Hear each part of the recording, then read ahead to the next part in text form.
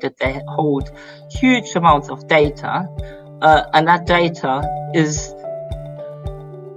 essential to sell on certain services like advertising services, but also just to know what the consumers want in general terms. And so that's where business users, they can have access to the data that they generate.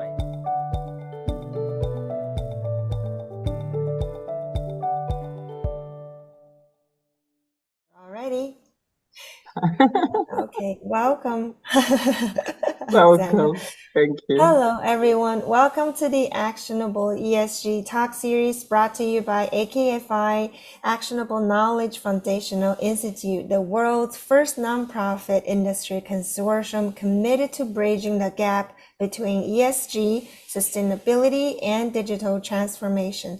My name is Isabella. I am the co-host of this talk series, together with the other co-host, Manuel, and our special guest today, Alexandra. How are you doing, Alexandra? I'm fine. Thank you very much, Isabella. How are you? How's Manuel? Thank you. Doing fine. Starting my morning now.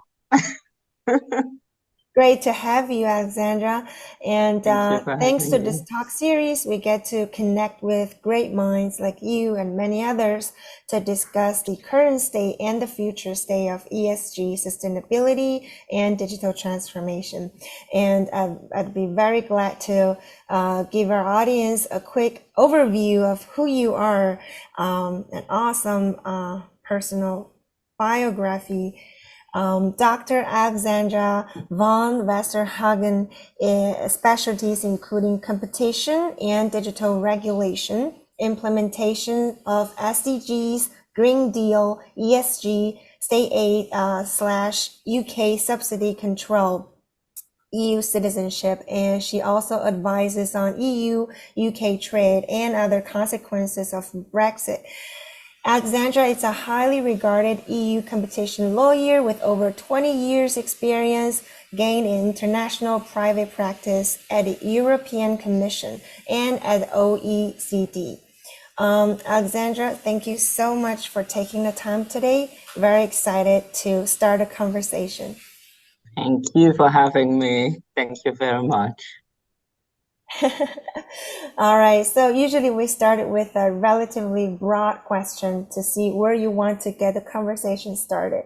And so please tell us about your thoughts on the current state of sustainability and digital transformation from the regulatory frameworks of the European community.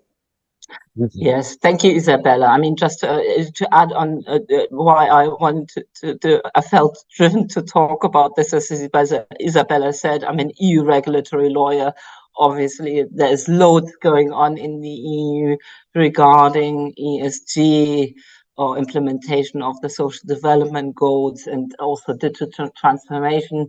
And I thought it would be good to provide an overview of what's going on. So maybe just coming to the current state of regulatory framework for sustainability in the EU. So you will have seen or you will have read that in the recent years, the European Commission, which is like the one organ which proposes legislation in the EU at EU level. So they're not adopting it, but they're proposing it.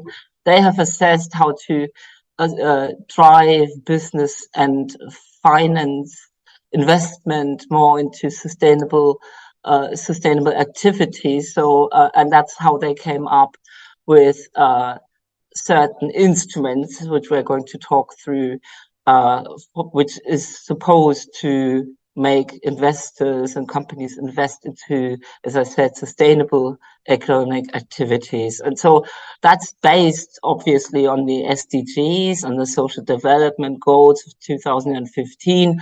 It's also based on the Paris Climate Act agreement. And as you will know, these two have to be read together. I mean, we have the agenda of 2015, which says, so we have to achieve these goals, these 17 goals by 2030. And then we have the Paris Agreement, which is oriented climate neutrality by 2050. which requires major progress, however, by 2030. And so based on this, what the EU has done, being a signatory to the SDGs, they have in 2019, the European Commission came up with what's called the Green Deal, the European Green Deal. And based on this, we had the EU Climate Law of 2021, which means that EU countries must cut greenhouse gas emissions by at least 55% by 2030. So it's a legal obligation, and in Europe to cut greenhouse gas emissions based on the SDGs and based on the Paris Agreement on climate change. Must be said that even before the SDGs and the Paris Agreement, there were tendencies in the EU to make large companies accountable for their non-financial impact or for their non-financial doing. And so that's where we had the non-financial reporting directive coming into force in 2014 already. So before the signature of the agenda, of the UN agenda, just a year prior to this. And so that requires large public interest companies like investors of a certain scale, so over 500 employees, to include a non-financial statement in their annual report, and they have to report as a minimum on environmental, social, employee matters, respect for human rights, anti-corruption, and anti-bribery matters. So in other words, covering broadly ESG.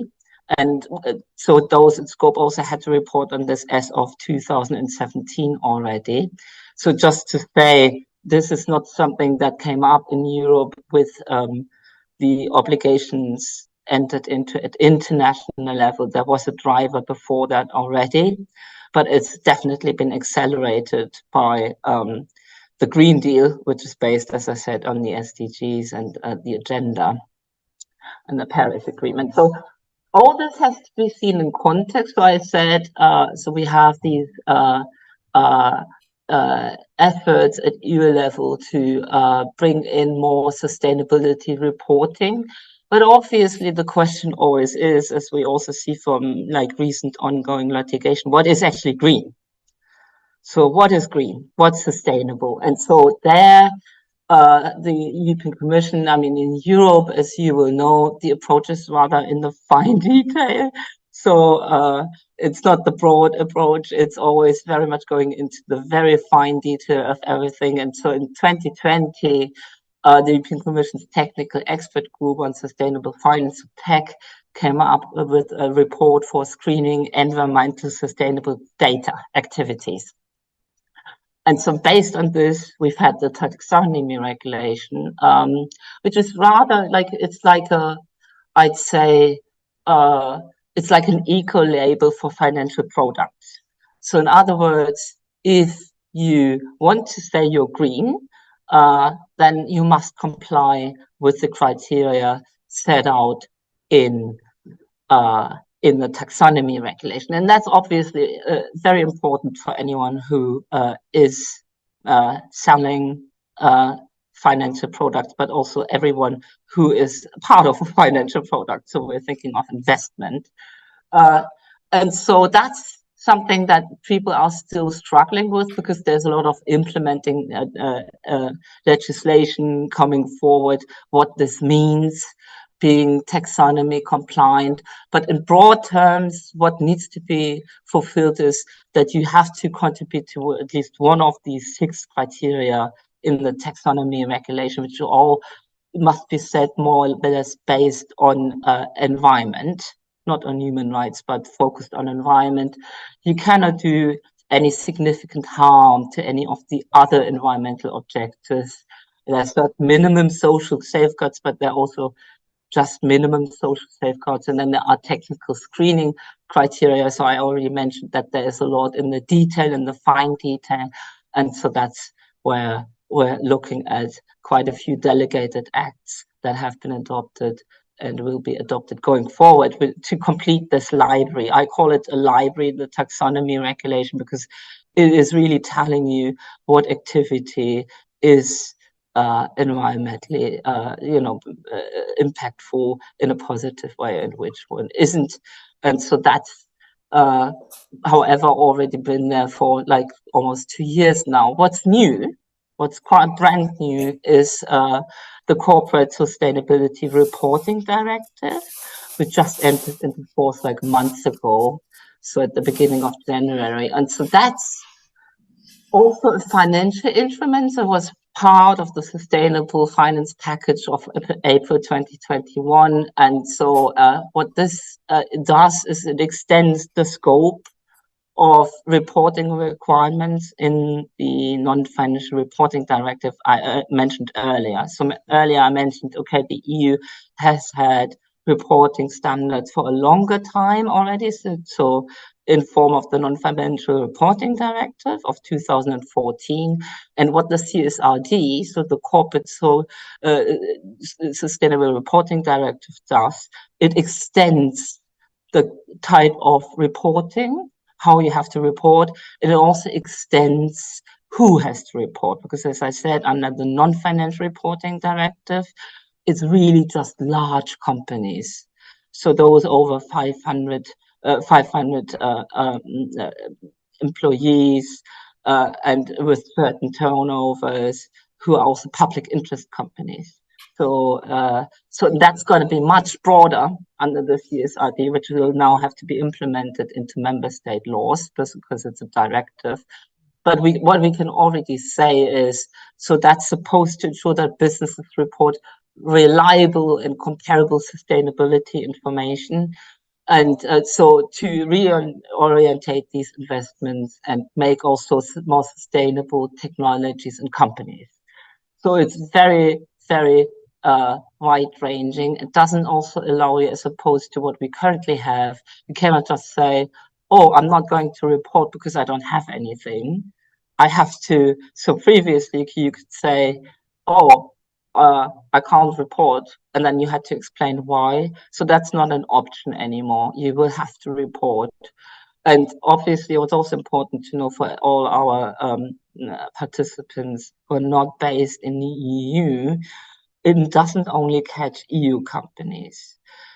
So it also catches companies with a significant turnover in the EU. So you will see there's a trend in the EU to regulate not like the companies who are based in the EU, but to regulate the impact companies have on consumers in the EU.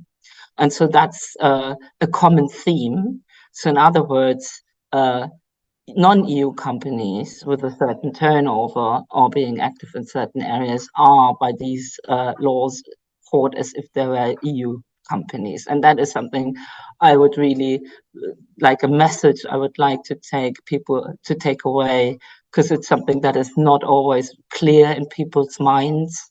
We're discussing a lot in expert fora which standard will be applicable, what people have to report against. My message is, as soon as you are significant activity in the EU, and even be it because you're part of a supply chain, you have an interest in complying with these standards. And I can come to this in a bit more detail as we go along, but like both because looking at the companies who are in scope, but also because you have to report about your supply chain as well. And as we all know, the companies that have to report about their supply chain, they will want to have this data and compliance of their supply chain with the legislation in place. So there's also upcoming legislation I'm going to go to in a moment, but already here I'd like to stress, not to be forgotten, this is law which will have a wider impact than just on companies in the EU. So they're still working on a couple of standards for the CSRD, but so companies who are in scope are also part of the supply chain indirectly will have to report about what they do. So about ESG impacts, what the impact is, risks, opportunities, these will have to be identified and managed. So it's quite wide-ranging.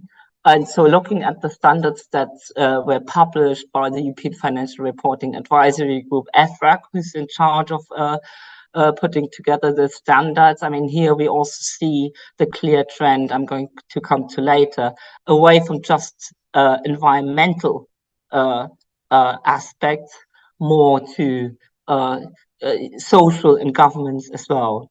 So again, broadening of the scope in many respects, looking at what needs to be reported, who needs to report, and also in what way do we need to report. So not only environmental, as under taxonomy so far, or the NFRD, but also social and governance. So I think that's a broad overview of what's happened recently when it comes to ESG legislation in the EU. Shall I make a quick broad brush of the regulatory framework for digital transformation, if that's all right? So let's move into this. Yeah, so that's obviously something, if you look at the current European Commission and the agenda, there are clearly two things that are at the forefront, one being ESG sustainability, and the other being a Europe fit for the digital age. So, so the European Union has said, okay, this is our digital decade. So that means that it must now strengthen its digital sovereignty and set standards rather than following those of others. That's the theme. So with a clear focus on data, technology, and infrastructure. So I think these three need to be mentioned, need to be singled out: technology, data, and infrastructure, because they're all part of the same thing. Data is an extremely important good, as you will know. So the GDPR has been in force for a while, you know, protecting personal data. And so all this now is being protected even more, but there's also an enhancement of technology and infrastructure in Europe. So to give you a couple of key figures, so we have been told that there will be 250 billion to boost digitalization in the EU from the Next Generation EU budget. So quite a lot. And also one of the aims is that 80% of the EU population should have basic digital skills by 2030.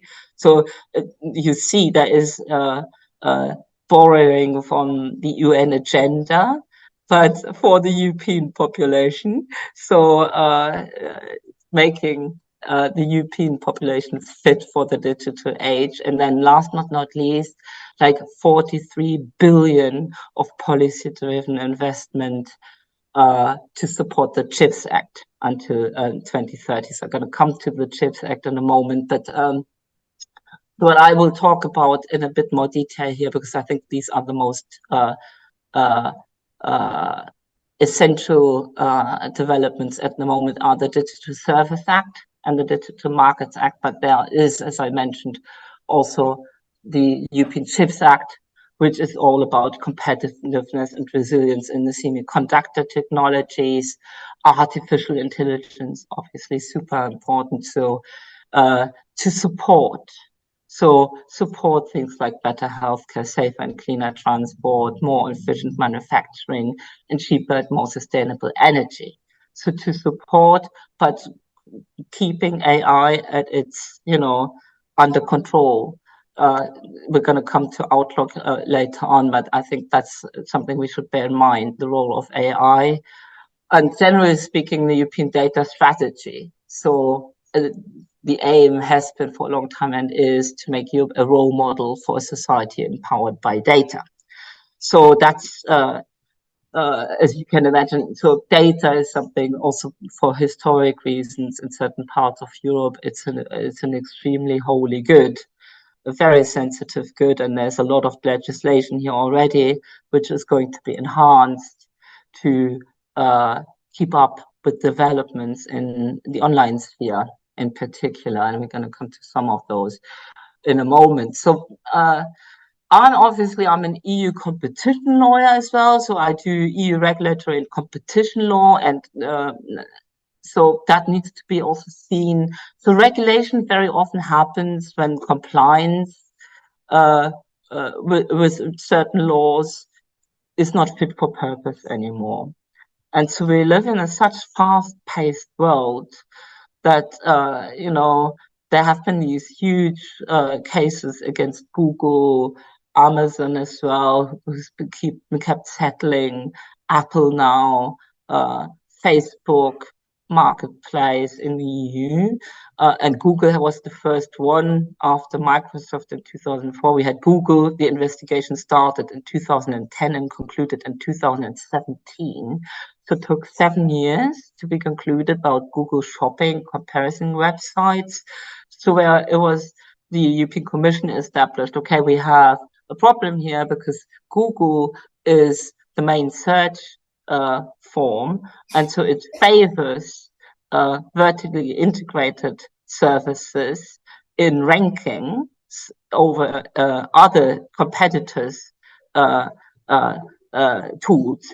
And obviously that's easy for Google because Google owns a search machine. So if Google offers a service called comparison for online shopping, and there are others out there, then if you Google comparison shopping's website and Google's website comes up first, the question is why? Is it because Google owns the search machine, and is that good enough? Because obviously we want to have the best search, the best comparison site for online shopping, and not Google's, because Google owns the search machine. And so that was the case. And you would say, actually, not even being a competition lawyer, is that really so complicated to prove this, that there's an issue from a competition law perspective? And for those of us who do not, competition law is really about companies acting fairly, especially those with a dominant position, not abusing this dominant position in the EU internal market. And so, but it took the Commission 7 years before they came out with a decision. And so then that decision got appealed, and the General Court, which is the lower court in Europe, then they ruled on this in September 2021, and now it's on appeal at the upper court, the European Court of Justice. So it takes 11, 12 years to get to a result, which is obviously in this fast-paced world way too long.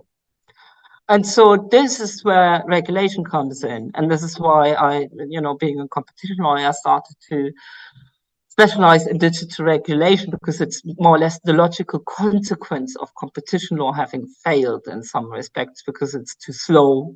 And so that's where also the European Commission saw failures. And it focused on two tools in this respect: the Digital Service Act and the Digital Markets Act. So the Digital Services Act is something which is not directly related to competition rules, but I'd like to mention a couple of words here anyway, because it's such an important tool. So we saw, I don't want to become political here, but obviously we saw quite a growth of misinformation being spread over the internet around 2015, 2016. So where people doubted, is that really factually correct information? And so since then, many people have just taken action by removing themselves from certain online portals, or also the online portals have taken action. And so in the EU, what has been done is, so there's been the Digital Services Act, which just entered into force on the 16th of November 2022. And so what that does is really making these online intermediaries, depending on their size and their function, they have more or less obligations, but it's making them accountable in some way as to what's being spread in their portal. So at least people must be able to complain and say, look, this is false information. And then there is also an obligation to verify and remove. And certain very large platforms have even, so those who are being used by more than 10% of the EU's population, so which is like largely to 450 million, those have even higher obligations. So they need to do checks and audits to see whether the information that is on that platform or intermediary service, whether that is actually correct, and whether they should be taking it down. So there are a couple of really stringent safeguards here. Again, depending on the nature and size of the intermediary, but it really goes through everything, covering hosting services to online in platforms, so social media, so it's very, very far-reaching. I mean, I'm just really mentioning it. It's not directly related to competition as such, but it's been like together with which I'm coming to now, the Digital Markets Act. It's been the most important piece of legislation in this area, I'd say. So the other one, as I said, is the Digital Markets Act. So that also just entered into force on the 1st of November 2022. And so what this is about, so you have some large online platforms which are supposed to act as gatekeepers in digital markets. And I just mentioned these cases ongoing partially against Google, Facebook now Meta, Apple, and Amazon. Yeah, so the big four really. There are others too. There have been cases against Booking, and so quite a few big online platforms have been the focus of competition law related investigations. But as I said, taking a long time. Some of them have been settled, especially as very often the one with Amazon was settled. So we don't know what the Commission would have said about some of the things that Amazon has done because they settled. And it's a practice we've seen quite a lot with Amazon, which obviously for us as lawyers makes it difficult in normal times, not having the DMA to establish, is this now illegal behavior or not? And the DMA helps here because if you read through the Digital Markets Act, it's more or less a copy and paste of most of the cases that have been ongoing, including the settlement with Amazon. So, and as I said, it's just entered into force, and now it's about who's going to be a gatekeeper. So the European Commission designates gatekeepers, but what's good or easier, as opposed as under competition rules, is you don't have to establish that someone is an undertaking in a dominant position, which requires that you define the market and what, the dominance there is. It is sufficient to have a certain strong economic position. So in the EU, in a multitude of member states, and also to have a strong intermediation position. So you're serving a large number of users. And that must be an entrenched position. You must have it for at least 3 financial years. So if that's the case, then you're in scope. But the numbers are so high that we can already say, so those who are likely in scope are the likes like Meta and Google, and not, some smaller platforms. But once you're in scope, there is a very long-ranging list, again, copied and pasted from ongoing and past case law, of things you as a gatekeeper can't or can do. So what you have to do, for example, and I think that is quite groundbreaking, I mean, you have to allow third parties to interoperate with your own services in certain specific situations.